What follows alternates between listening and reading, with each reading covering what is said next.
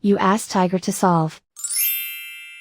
This deals with linear equations with one unknown. The final result is x equals 9/4. Let's solve it step by step. Group all x terms on the left side of the equation. Subtract 30x from both sides. Group like terms. Simplify the arithmetic. Group like terms. Simplify the arithmetic.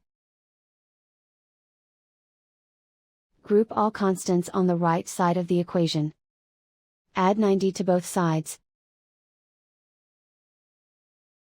Simplify the arithmetic.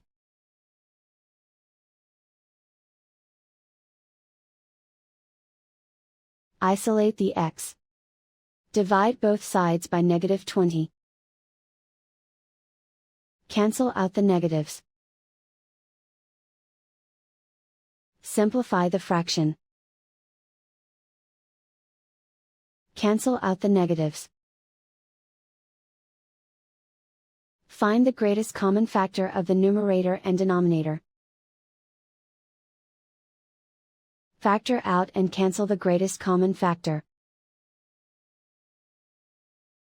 And so the final result is x equals 9/4.